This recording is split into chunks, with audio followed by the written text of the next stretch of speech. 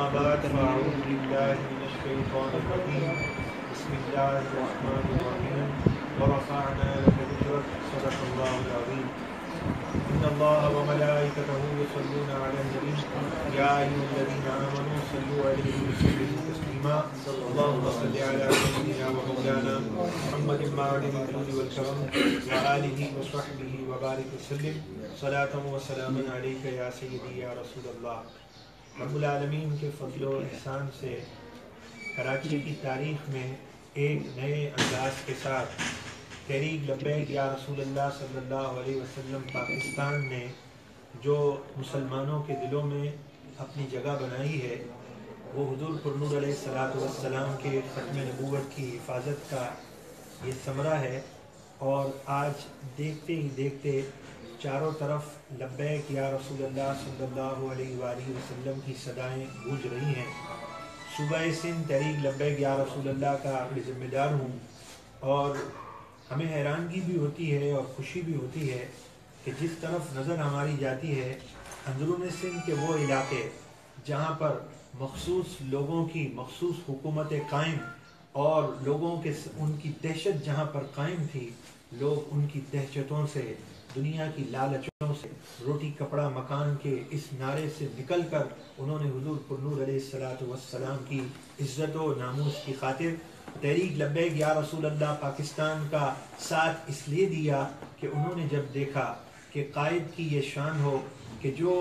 دین نے ہمیں سکھایا ہے اور دین کی برکت سے ہی سیاسی نظام درست ہوتا ہے، تو امیر ہمیں ایسا ملا ہو علامہ خادم حسین رضوی صاحب کی صورت میں کہ جس نے حضور علیہ السلام کی ختم نبوت کی حفاظت کی، تو اس کی برکتیں ہیں کہ آج حضور کی عزت و ناموس کی حفاظت ہوتی ہے تو ہمارا ملک سلامت رہتا ہے. الحمدللہ تعالی صوبہ سندھ کے اندر تحریک لبیک یا رسول اللہ صلی اللہ علیہ وسلم میں بڑی تعداد میں لوگ شامل ہو رہے ہیں، اور جہاں لسانیت کے نام پر، دنیا کی غرض اور مفادات کے نام پر اور ایک دھوکے کی جو سیاست تھی، لوگ اس سے نکل کر خود بخود تحریک لبیک یا رسول اللہ میں شامل ہو رہے ہیں. اور صوبہ سندھ کے ذمہ دار سے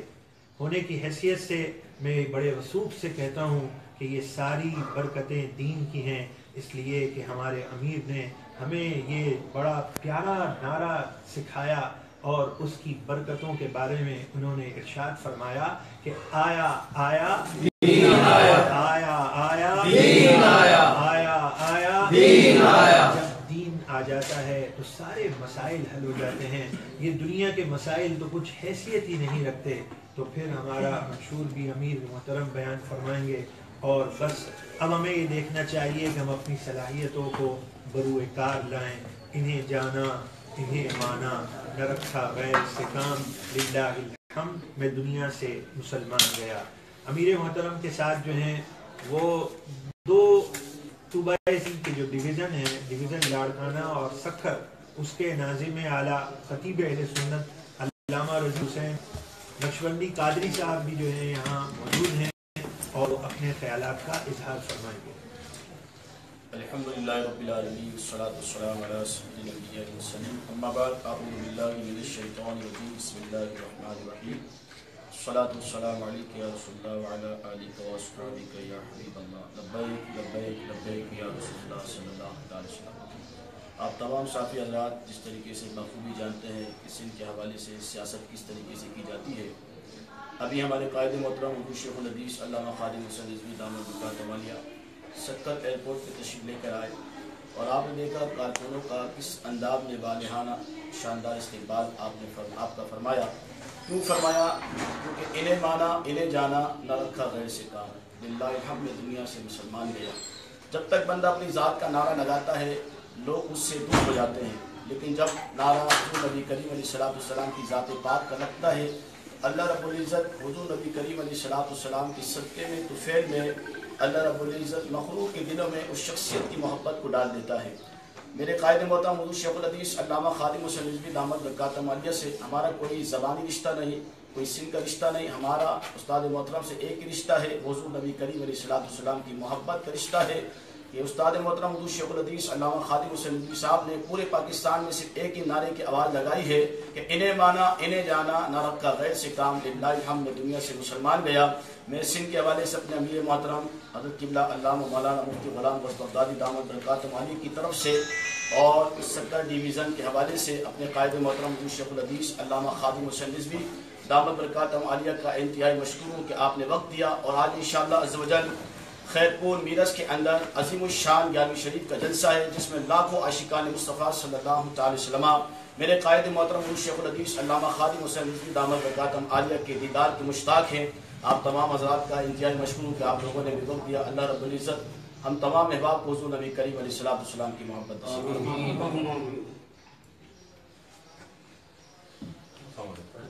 تو پہلے تو آپ یہاں کے دورے کا مقصد بیان کیجیے۔ اللہ الرحمن الرحیم۔ دورہ تو ہمارا اس لیے ہے تاکہ جن مقاصد کے لیے پاکستان بنا اور لاکھوں قربانیاں ہوئی اور دنیا کی سب سے بڑی ہجرت ہوئی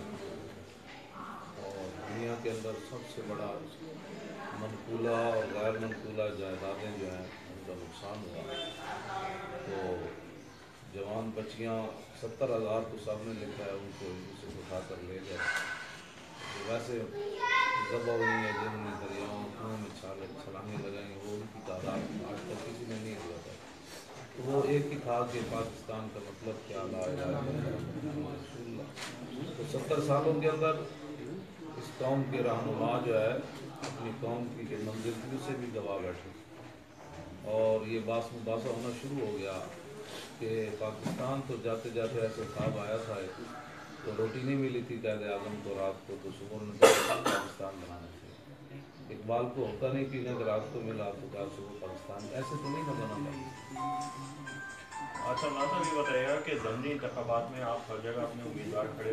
کر رہے ہیں، اچھے نتائج بھی آ رہے ہیں، تو اب جو عام انتخابات ہونے جا رہے ہیں اس کے لیے کیا لائحہ عمل اپنایا گیا ہے؟ دوسرا، متحدہ مجلس عمل بھی فعال ہونے جا رہی ہے، تو کیا آپ مستقبل میں اس کا حصہ بن سکتے ہیں یا الگ پلیٹ فارم سے اپنی جماعت کے پلیٹ فارم سے انتخابات میں حصہ لیں گے؟ جی، ضمنی انتخابات آپ دیکھ چکے ہیں، اور اس کے بعد ہمارا 2 دن پہلے شورا کا مطلوبی شورا کا اجلاس تھا، عاملہ کا اس میں بڑا طویل اجلاس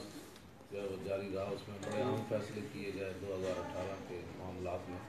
انشاءاللہ بڑی تعداد میں لوگ ہم سے رابطے کر رہے ہیں، بلکہ اپنی درخواستیں دے رہے ہیں۔ جو لوگ پیچھے ہٹ گئے تھے کہ یہاں سوائے بددیانتی کے اور کہ کچھ نہیں ہو سکتا، انہوں نے جب دیکھا کہ یہ لوگ آگے بڑھ رہے ہیں، ہمارے ساتھ لوگ رابطے میں آ رہے ہیں، انشاءاللہ ہمارا فیصلہ تو یہی ہوا ہے اس وقت تک کہ ہر سیٹ پر بندہ جو ہے انشاءاللہ کھڑا کیا جائے گا۔ تو آپ دیکھیں گے انشاءاللہ مزاج جو ہے وہ پاکستانیوں کا بدل چکا ہے اور ان کا ذائقہ بھی بدل چکا ہے انشاءاللہ۔ تمام سیاسی جماعتوں جو ہے پلیٹ فارم پہ اکٹھے ہونے جا رہی ہیں ایم اے کی صورت میں، آپ اس کا حصہ بن سکتے ہیں؟ سیاسی جماعتیں یا مذہبی جماعتیں؟ ہاں جی، وہ تو اکٹھی پہلے بھی تھی، ہوتی رہی ہیں، اور آپ نے دیکھا کہ بیرونی کے دور میں پرویز مشرف نے زنا کا بل پاس کیا اور یہ اسمبلیوں میں تماشا دیکھتے رہے، اور میراتھن ریسیں بھی بیرونی کے دور میں ہوئی۔ تو پھر یہ مذہب کے نام پر جب ووٹ لیتے ہیں تو پھر مذہب میں تو ویسے دین ہے ہمارا، مذہب اور دین میں فرق ہے۔ مذہب یہ ہے کہ پاور کسی اور کے پاس ہو اور مسجد کسی اور کے پاس ہو، اور دین یہ ہے کہ جس کے پاس مسجد ہو اسی کے پاس پاور بھی ہو۔ نبی علیہ السلام اسی مسجد نبی شریف میں نماز پڑھاتے تھے، اور جب نماز پڑھا کے فارغ ہوتے تو پھر کیسر و کسریٰ کی طرف لشکر بھی آپ وہیں سے روانہ فرماتے، پوری دنیا کے وفود بھی آپ اسی مسجد میں ملنے کے لیے آتے، وہاں حضور فیصلے بھی وہیں فرماتے اور معاشی نظام بھی وہیں سے چلتا۔ ہمارا دین ہے، تو اس کو ایک سازش کے تحت مذہب کی طرف لے جایا گیا کہ آپ ادھر بیٹھے اور 34 بندے اٹھ کر 20 کروڑ مسلمانوں کے عقیدے پر حملہ کر دیں۔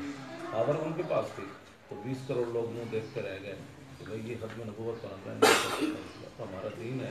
تو یہ جو دین کے نام پر پہلے ووٹ لے چکے ہیں، ان کو پہلے قوم کے سامنے اپنی کارکردگی پیش کرنی چاہیے کہ آپ نے دین کی حفاظت کے لیے کیا کیا اقدام کیے، کہ جب مسجدوں کے سپیکر اترے آپ نے کوئی اقدام اس کا کیا، اور جب روزے کی حالت میں محافظ ناموس رسالت کو تختہ دار پر لٹکایا گیا تو آپ نے اس وقت کیا کیا، اور پھر قرآن و حدیث نکال دیا گیا حساب سے تو اس وقت آپ نے کیا کیا؟ اور جب ہولیاں منائی گئی اسمبلیوں کے اندر، اگر ہولی منانی تھی تو پھر اتنے نقصان کا کیا مطلب تھا؟ اتنی بڑی ہجرت کر کے ہولیاں تو وہاں میں منائی جا رہی ہیں، تو ان لوگوں کا پھر کیا کردار تھا؟ اور جب وہ مندروں کے اندر جا کر کہا گیا کہ بھگوان اور اللہ ایک ہی ہے، تو پھر پورے قرآن حدیث کی نفی کی گئی، وَلِلَّهِ الْأَسْمَاءُ الْحُسْنَىٰ، اس کے نام تو بڑے حسین ہیں، اور اللہ الذی لا الہ الا هو، یہ سارے معاملات ان مذہبی لوگوں سے قوم پوچھے گی کہ آپ پھر کس نام پر جمع ہونے لگے ہیں؟ ٹھیک ہے، انشاءاللہ ہمارا منشور بالکل واضح ہے اور اس میں کوئی دوسری رائے نہیں ہے کہ ہم نے فیض آباد کے اندر صرف نبی علیہ السلام کی ختم نبوت کے لیے پہرا دیا ہے اور پوری قوم کے سامنے ہے۔ اچھا، آپ کے دھرنے کے بعد راجہ ظفر الحق کی سربراہی میں ایک کمیٹی تشکیل دی گئی تھی جس نے ایک رپورٹ پیش کر دی تھی، وہ مرتب بھی ہو گئی، رپورٹ منظر عام پر نہیں آ سکی، اور وہ جو مقتدر قوتیں تھیں نا جو درمیان میں آئی تھی، وہ خود بھی پریشان ہے اس مسئلے میں کہ یہ ہم سے جو ہے وہ آئیں بائیں شروع کر رہے ہیں، تو ہم نے ان کو کہا کہ آپ ذمہ دار ہیں، آپ اپنی ذمہ داری نبھائیں، ایک عام بندہ بھی ذمہ دار بن جائے تو اپنی ذمہ دار، آپ تو بڑے ہیں تو آپ اس ذمہ داری کو نبھائیں، وہ کہہ رہے ہیں انشاءاللہ نبھائیں۔ کوئی ٹائم فریم آپ کو دیا گیا ہے یا آپ نے کوئی ٹائم فریم دیا ہے کہ اگر نہیں آتی ہے رپورٹ اور اسی طرح ٹال مٹول سے کام لیا جاتا ہے تو کوئی لاہے عمل آپ جی ہم نے مجلس شورا میں وہ اس کی بات کی ہے، ان کو دیا ہے، سخت وارننگ دی ہے دونوں کو۔ اوکے